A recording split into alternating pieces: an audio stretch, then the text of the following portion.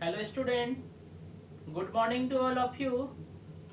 Today we are going to start the physical property of haloalkane. आज हम लोग physical property of haloalkane पढ़ने जा रहे हैं। प्रीवियस लेक्चर में हम लोग प्रिपरेशन ऑफ हेलोएल्केन को कंप्लीट किए थे। आज हम लोग फिजिकल प्रॉपर्टी ऑफ हेलोएल्केन पढ़ने जा रहे हैं। इसमें से पहला जो है आपका बॉइलिंग पॉइंट है। तो देखिए फर्स्ट पॉइंट क्या है, greater the size of haloalkane greater will be van der Waals force of attraction, hence greater will be boiling point. अगर हेलोएल्केन का साइज बढ़ेगा तो क्या होगा, van der Waals force of attraction भी उसमें ज्यादा होगा, जिसके कारण क्या होगा, आपका बॉइलिंग पॉइंट भी ज्यादा होगा। आपका जो ये नेक्स्ट टॉपिक है, ये जो नेक्स्ट पॉइंट है, boiling point is directly proportional to molar mass, ये बहुत ज्यादा इंपॉर्टेंट है। इस पे आपका बुक में कुछ कुछ क्वेश्चन भी दिया हुआ है, तो इसको आप समझिए। यानी बॉइलिंग पॉइंट जो होता है वो मोलर मासेस का डायरेक्टली प्रोपोर्शनल टू होता है। जिसका मोलर मास ज्यादा होगा तो उसका बॉइलिंग पॉइंट ज्यादा होगा, क्योंकि दोनों एक दूसरे के क्या है, डायरेक्टली प्रोपोर्शनल टू है। तो boiling point is directly proportional to molar masses. अगर यहाँ पे देखिए, greater the size of molar mass of haloalkane greater will be boiling point. मतलब क्या हो रहा है, अगर बॉइलिंग पॉइंट आपका बढ़ेगा तो इसका मतलब क्या होगा, मोलर मासेस बढ़ेगा। अगर मोलर मासेस बढ़ रहा है तो इसका मतलब क्या हो रहा है, बॉइलिंग पॉइंट आपका बढ़ रहा है। तो वही आपका यहाँ लिखा हुआ है। पहला केस देखिए, if the alkyl group is same but halogen is different. तो आपको पता होगा कि जब डाउन द ग्रुप जा रहे हैं, यानी फ्लोरो, क्लोरो, ब्रोमो, आइडो, तो आपको पता होगा कि इसका जो एटॉमिक नंबर 9 होता है, उसके इसका 17 होता है। तो डाउन द ग्रुप जाने पे आपका क्या होता है, मोलर मास से क्या होता है, बढ़ता है। तो अगर मोलर मास बढ़ेगा तो इसका मतलब क्या होगा, बॉइलिंग पॉइंट भी बढ़ेगा। तो यहाँ पर आप देखिए कि if the alkyl group is same but the halogen is different. यहाँ पे CH3, इसका जो मोलर मास होगा CH3 का जो भी होगा, इसका इसका इसका इसका सबका क्या होगा, सेम होगा। फ्लोरीन, क्लोरीन, ब्रोमीन और आयोडीन में सबसे ज्यादा मोलर मास किसका होगा, आयोडीन का होगा। अभी हम बताएं, डाउन द ग्रुप जानने पे क्या होता है, आपका एटॉमिक नंबर बढ़ेगा। जब एटॉमिक नंबर बढ़ेगा तो साथ साथ क्या होता है, उसका मास भी बढ़ता है। तो अगर अरेंज कर ग्रेटर द, यहाँ पे देखिए आप लोग, तो सबसे ज्यादा अरेंज करने के लिए अगर बोला जाए कि सबसे ज्यादा बॉइलिंग पॉइंट किसका होगा, तो आपको एक ही चीज याद रखना है इसमें, क्या किसका मास ज्यादा होगा। तो दिखने में लग रहा है कि इसका मास ज्यादा होगा, तो ये सीक्वेंस क्या होगा, ये देखिए बहुत सिंपल है। Boiling point directly proportional to molar mass है। जिसका मोलर मास ज्यादा होगा बॉइलिंग पॉइंट ज्यादा होगा। तो CH3F, CH3Cl, CH3Br और CH3I में तो सबसे ज्यादा किसका होगा, इसका होगा। अब दूसरा देखिए, if the alkyl group is different but the halogen is same. अब देख रहे हैं यहाँ पर अल्काइल ग्रुप क्या है, CH3 है, यहाँ पे क्या है C2H5 है, यहाँ क्या है C3H7 है, यहाँ क्या है C4। हैलोजन क्या आपका देखिए सेम है। अब इसमें से अगर आपसे पूछा जाए कि सबसे ज्यादा बॉइलिंग पॉइंट किसका होगा, तो आप बोलिएगा इसका। क्यों होगा ऐसा, क्योंकि इसका मोलर मास ज्यादा है। तो सीक्वेंस में जब अरेंज करना होगा तो आप कैसे कीजिएगा, आपको हम थर्ड केस 3 बता रहे हैं, इसलिए पहले इसको इरेज करते हैं। केस 3 आप लोग देखें, इन आइसोमेरिक हेलोएल्केन। अगर आइसोमेरिक हेलोएल्केन है तो आइसोमेरिक हेलोएल्केन का मतलब देखिए, यहाँ पे 1 2 3 4 कार्बन, एक क्लोरीन। यहाँ पे क्या है 1 2 3 4 और यहाँ पे क्लोरीन। तब आपको बताना है दोनों में, इससे जो पहले था तो हम लोग डिसाइड किए थे कि जिसका मोलर मासेस ज्यादा तो उसका बॉइलिंग पॉइंट ज्यादा। तो जैसे आप देख रहे थे कि इसमें और इसमें इसका मोलर मासेस ज्यादा, तो इसके कंपेयर में इसका बॉइलिंग पॉइंट ज्यादा। यहाँ पे देखिए ये दोनों में अगर कंपेयर करते हैं तो क्या हो रहा है, देखिए यहाँ पे इसका मास ज्यादा, मोलर मास ज्यादा, तो इसका बॉइलिंग पॉइंट ज्यादा। लेकिन अभी हम देख रहे, आप लोग देखिए इस कंपाउंड को, CH3 CH2 CH2 CH2 Cl, यानी आपका जो है 1 2 3 4 कार्बन है, 3 2 5 2 7 2 9 हाइड्रोजन है और एक क्लोरीन है। यानी 1 2 3 4 यानी C4, H कितना लगेगा 3 2 5 2 7 2 9 Cl है। इसमें भी आप देख सकते हैं 1 2 3 4 C4 3 3 6 2 8 1 9 H9Cl है। तो आप कैसे डिसाइड कीजिएगा इसमें कि किसका बॉइलिंग पॉइंट ज्यादा होगा। इससे पहले तो आप जान रहे थे जिसका मोलर मासेस ज्यादा बॉइलिंग पॉइंट ज्यादा। यहाँ पर आप देखिए इसका भी मोलर मास सेम, इसका भी मोलर मास सेम, तब आपको क्या करना पड़ेगा। तो आप देखिए केस 3 अगर आइसोमेरिक है, ये तो आइसोमेरिक है, isomeric halo alkane, boiling point inversely proportional to branching. देखिए इन isomeric halo alkane H branching increases, surface area decreases and boiling point also decreases. अब यहाँ पे देखिए इस मॉलिक्यूल को आप देखिए, इस मॉलिक्यूल का जो सरफेस एरिया आपको क्या लग रहा है और इस मॉलिक्यूल्स का सरफेस एरिया क्या है। इस मॉलिक्यूल्स का सरफेस एरिया क्या है, ज्यादा है। जैसे जैसे ब्रांचिंग होते जाएगा तो मॉलिक्यूल्स क्या होता है, स्पेरिकल होते जाता है। एक चीज याद रखिएगा, जैसे जैसे ब्रांचिंग बढ़ेगा मॉलिक्यूल्स स्पेरिकल होता है, उसका सरफेस एरिया घटता है तो बॉइलिंग पॉइंट भी घटेगा। अगर ये दोनों हम बात करते हैं CH3 CH2 CH2 Cl और इसमें, तो आप देख सकते हैं दोनों का मोलर मासेस सेम है। अगर दोनों का मोलर मासेस सेम है तो कैसे हम आइडेंटिफाई करेंगे किसका बॉइलिंग पॉइंट ज्यादा है। तो हमको देखना होगा कि ब्रांचिंग, जिसका ब्रांचिंग ज्यादा होगा उसका सरफेस एरिया कम होगा, उसका बॉइलिंग पॉइंट भी कम होगा। फिर से बता रहे हैं कि बॉइलिंग पॉइंट कैसे आप पता करते हैं। सबसे पहले पता करने का तरीका क्या है, सबसे पहले पता करने का तरीका है, आप देखिए मोलर मासेस, जिसका मोलर मासेस ज्यादा बॉइलिंग पॉइंट ज्यादा। लेकिन कभी कभी क्या होगा, बहुत सा ऐसा कंपाउंड है जैसे आइसोमेरिक कंपाउंड होगा, उसमें आपका मोलर मास एक ही होगा, जैसे इसका और इसका मोलर मास एक ही है। तो आप कैसे पता कीजिएगा किसका बॉइलिंग पॉइंट ज्यादा है। तो आपको डिसाइड करना होगा कि किसका सरफेस एरिया कम है।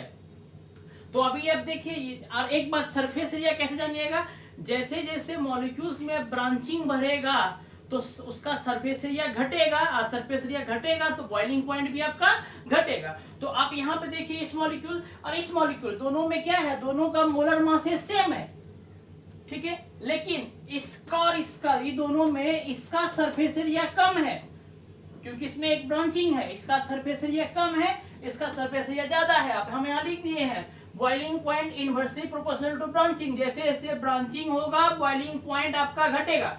इन isomeric halo alkane H branching increases, जैसे जैसे ब्रांचिंग इंक्रीज होगा सरफेस एरिया घटेगा, बॉइलिंग पॉइंट भी घटेगा।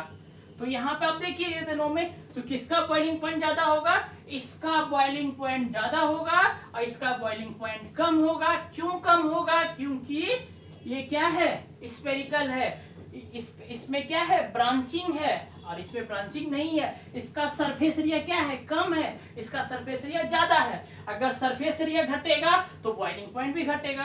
तो इसका क्या होगा, बॉइलिंग पॉइंट, इसका हाइयर बॉइलिंग पॉइंट होगा, हाइयर बॉइलिंग पॉइंट। इसका क्या होगा, lower boiling point, lower boiling point. 3 case आपको हम बताए, एक ही चीज याद रखना है, boiling point is directly proportional to molar masses. जिसका मोलर मासेस ज्यादा होगा बॉइलिंग पॉइंट ज्यादा होगा। But in the case of isomeric halo alkane, isomeric halo alkane में क्या होगा कि boiling point is inversely proportional to the branching. अगर जैसे जैसे ब्रांचिंग बढ़ेगा तो सरफेस एरिया घटेगा, और सरफेस एरिया घटेगा तो क्या होगा, बॉइलिंग पॉइंट भी आपका घटेगा। बस 3 केस था। इसके बेसिस पे आपके बुक में कुछ क्वेश्चन भी दिया हो है। इसके बाद जो नेक्स्ट है वो सोल्यूबिलिटी है। सोल्यूबिलिटी मतलब घुलना। तो इसका मतलब क्या होता है, लाइक डिसॉल्व, एक बात आपको याद होगा, like dissolving like, unlike dissolving unlike. देखिए halo alkane is less soluble in water, एक ही रीजन है इसमें, due to absence of intermolecular hydrogen bonding। solubility क्या है, हेलो एल्केन पूछेगा question, why halo alkane is less soluble in water, तो आप बोलिएगा due to absence of hydrogen bonding, due to absence of intermolecular hydrogen bonding। बस इससे एक ही question आ सकता है आपसे, तो आप लिख सकते हैं। और इससे बेसिस आपके बुक में कुछ क्वेश्चन दिया हुआ, तो आपको क्वेश्चन भी हम कराते हैं। क्वेश्चन है पेज नंबर 299 10.6 का। अरेंज इस set of compound in order of increasing boiling point. आपको इसको अरेंज करना है increasing order of boiling point. तो आपको बस दो चीज ध्यान देना है, एक मोलर मासेस और दूसरा ब्रांचिंग। मोलर मासेस और branching. Boiling point directly proportional to molar masses और boiling point inversely proportional to branching. तो सबसे पहला जो क्वेश्चन है ब्रोमोमीथेन, ब्रोमोफॉर्म, क्लोरोमीथेन और डाइब्रोमोमीथेन। तो सबसे पहले इसका हम लोग स्ट्रक्चर ड्रॉ कर देते हैं। ब्रोमोमीथेन है तो इसका होगा CH3Br। उसके बाद ब्रोमोफॉर्म क्या होगा, CHBr3 होता है। उसके बाद क्लोरोमीथेन क्या होता है, CH3Cl होता है। डाइब्रोमोमीथेन क्या होगा फॉर्मूला, CH2Cl2। तो इसको अरेंज करना है। तो इसमें 1 2 3 4 कंपाउंड में सबसे ज्यादा बॉइलिंग पॉइंट किसका होगा बताइए।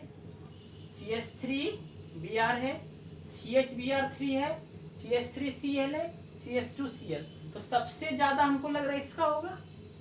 उसके बाद किसका होगा, इसके बाद आपका इसका होगा, उसके बाद इसका होगा, सबसे कम इसका होगा, क्योंकि ये फ्लोरो क्लोरो ब्रोमो आइटो। क्लोरो से क्या होगा, ब्रोमो का ज्यादा होता है। तो सबसे कम कौन सा होगा आपका, CH3Cl। इससे ज्यादा किसका होगा बॉइलिंग पॉइंट, CH3Br का होगा ही। इससे ज्यादा मोलर मास इसका होगा। उसके बाद देखिए अब कौन सा बचा ये दोनों में, तो ये दोनों में यहाँ 3 Br3 है, तो ये सब इसका सबसे ज्यादा होगा। उसके बाद क्या होगा, CH2Cl2, क्लोरोमीथेन, डाइब्रोमोमीथेन। हाँ, इसके बाद क्या हो जाएगा, CH2Cl2। उसके बाद जो है आपका ये होगा CHBr। आसान था आंसर पहला का। हमको डिसाइड करना था मोलर। इसमें तो वैसा कोई आइसोमेरिक तो प्रोडक्ट है नहीं, इसलिए सबसे आसान है कि boiling point directly proportional to molar masses. तो इसमें हम डिसाइड किए सबसे कम मोलर मास किसका होगा।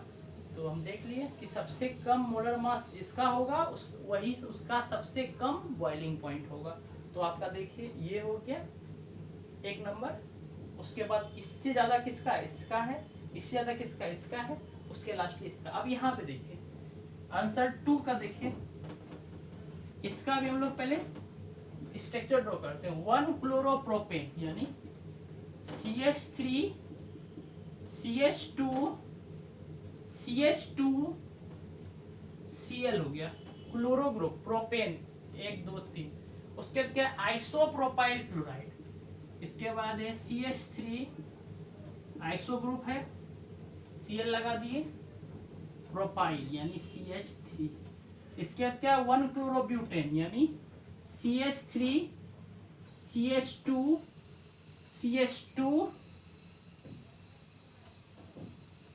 CH2Br ब्यूटेन है।